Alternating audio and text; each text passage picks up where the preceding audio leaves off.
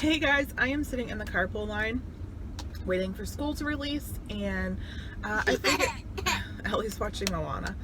I figured I would start a new series called Car Chat. I used to do these a long time ago, but basically I sit and I kind of talk to you guys about something.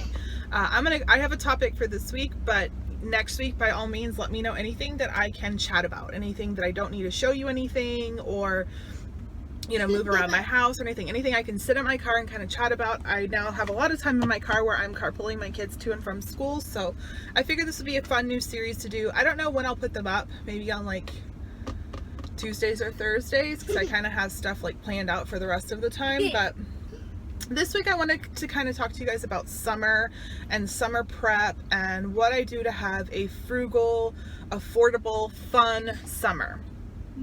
So first and foremost, I'll say make a schedule. Our schedule really consists of a few things. So we have a cleaning day where I do all of my cleaning and stuff like that, or we have a few cleaning days, I should say. I try to keep to my cleaning schedule where I have basically I have a day where I clean bathrooms and do laundry. I have a day where I clean floors and do laundry. I have a day where I do a zone clean, which is like a deep cleaning task. And then I have an all over cleaning day where I do a really quick clean on the bedrooms and stuff like that. And then I dust and Windex as needed.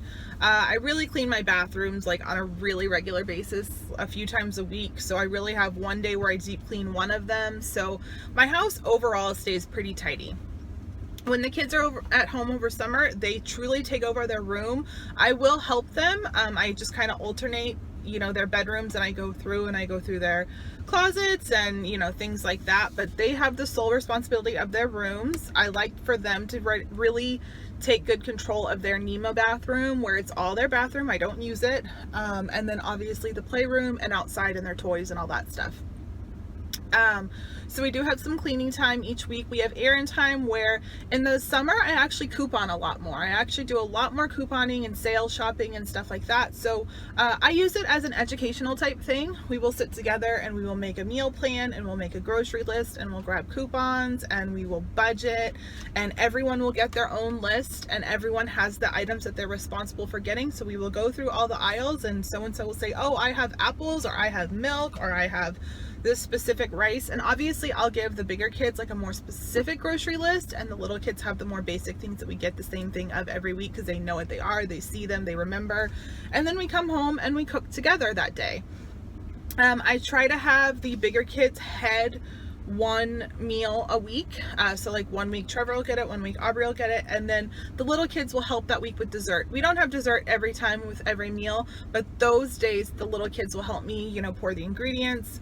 Making a dessert is just a little bit quicker, easier, and less chance for them to get hurt or something to get ruined or anything like that. So I try to make that like an educational type thing.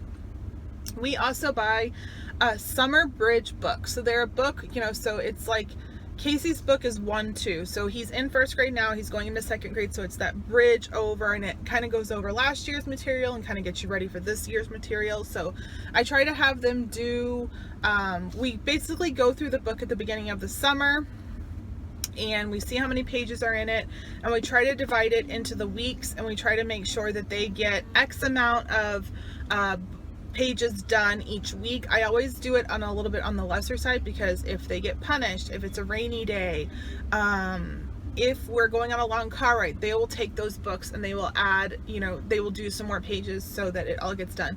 Typically we get through most of the book by the end of the summer, but we try to do that. I make sure that we do a reading chart.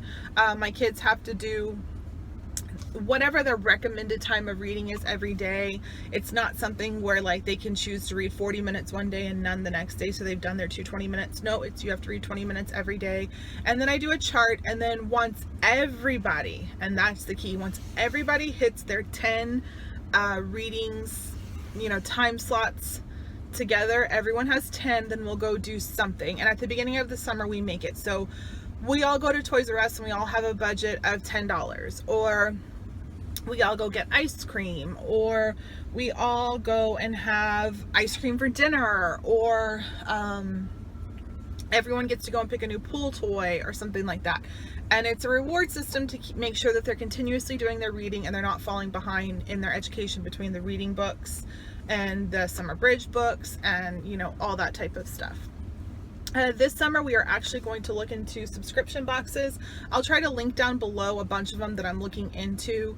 They're not referral links. I haven't signed up for any of them yet, but I want to try to do like a craft or a experiment or one of these books or one of these subscription boxes at least once a week and a half maybe, because it will get expensive if I'm buying a subscription box every week or whatever, but just trying to you know, budget it, but then also have a lot of fun with the kids and making sure they're doing different things and fun experiments, and you know, just something not that I'm finding on Pinterest, you know. And you can do easy cheap things like making slime and Play-Doh and cooking and, you know, all that type of stuff. So that's, you know, kind of on our schedule between the cleaning and the education. And then we do cheap summer things. So kidsbowlfree.com is where you can bowl for free all summer long. Your kids can bowl free.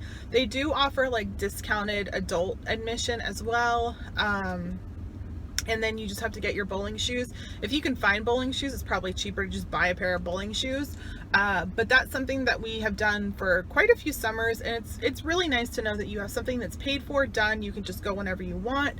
I would avoid it when it's rainy because it does get really crowded, but it's just a nice, fun event. The kids love it. They can usually last one string of bowling, and it's a lot of fun. And then there's dollar movies. A lot of the cinemas, you know, look on AMC and Regal and all those places and see if they do dollar movies, discount movies, things like that. Sometimes your library will do it. And just take advantage of those. Definitely get there early because they do fill up kind of fast, especially on like rainy days or whatever, or cooler days. But you know, that's something we do. We thankfully have a pool and a playground in our subdivision, but definitely playgrounds are free. Try to take advantage of them. I know there's a few that are opening up like splash pads near to us, so we're definitely going to try to do like a playground every other week or something like that. We have pool time scheduled out. Typically I do pool time on like our education cleaning days, the days that we're at home, so that it makes them make sure that they get that stuff done, get their schoolwork done, get their cleaning done, so that we can go and enjoy the pool. And there are days where it's upsetting to them, but they have to stay back and not get to do the pool because they didn't want to get their chores done in a timely manner so that we could, you know, go to the pool before dinner and things like that. But yeah, so we have, you know, that type of stuff. And then we are planning, you know, a few more expensive events. I don't do anything that costs a lot of money with the kids during the week because my husband works hard and he wants to enjoy those things too. And I don't think it's fair to spend his hard-earned money and have him miss out on those fun events with the kids. Because, you know, we can't wait till the weekend, or like sometimes he has weekdays off and things like that. So we will do some fun things. We'll kind of sit together and make like a bucket list of things that we want to do. So I definitely think we want to do like a weekend away at one of the beaches, to kind of see like, you know, what one of the beaches are around here. You know, maybe do like our kids, 2 of our kids have earned free Six Flags tickets. We'll probably do Six Flags one day. We will use our memberships. We have a membership to the zoo, but we're thinking when our membership ends, we're thinking our big membership of the year will be the city pass. So maybe we can do something fun with that. We can do one of the events where it's like 5 or 6 events for that. And we'll just kind of save those throughout the year. Then we'll use one over the summer. Maybe go to like the Gatlinburg, Pigeon Forge area. Maybe do like a, you know, a weekend there where we stay at a hotel and just kind of look around and see what we want to do there.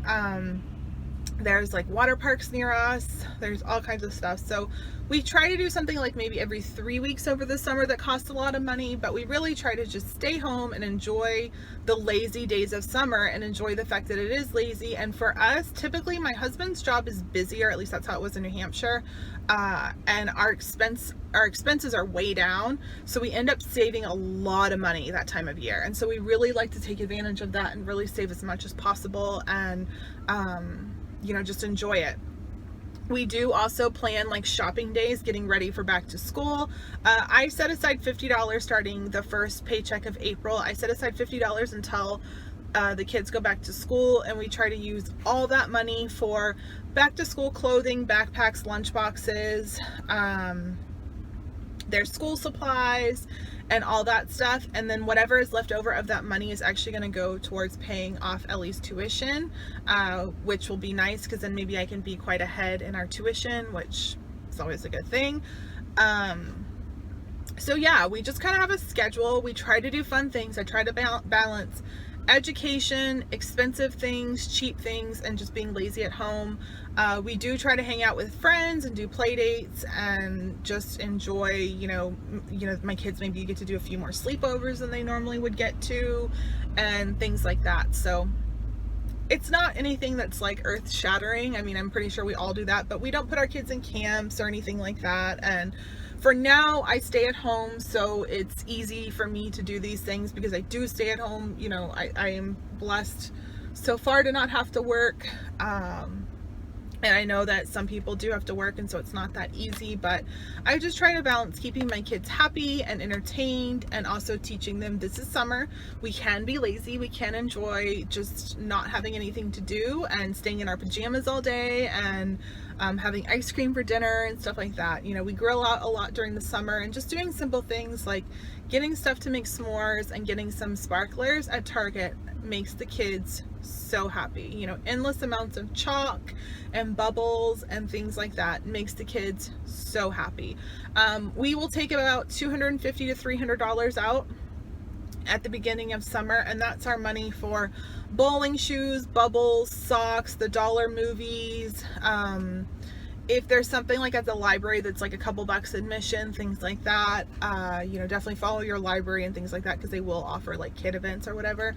So I try to take that $250 and really try to stretch it for all those like cheap free events, and then again, whatever money is left over goes right back into, basically like around that time it'll probably go back into birthday fund or Christmas or whatever. So yeah, there's definitely ways to do it cheap and affordably. And I may be different than some. I don't want to go all summer. I don't want my kids gone all summer. I like my kids being home. I enjoy getting to be around them. Don't get me wrong, there are days where I'm like, oh my god, I want them to go back to school. But overall, I really do enjoy the less crazy, chaotic routine that is typically school year. So thanks for watching. Please give me ideas for my next car chat, and if you have any tips, definitely leave them down below. I always love getting into conversations with you guys in the comments.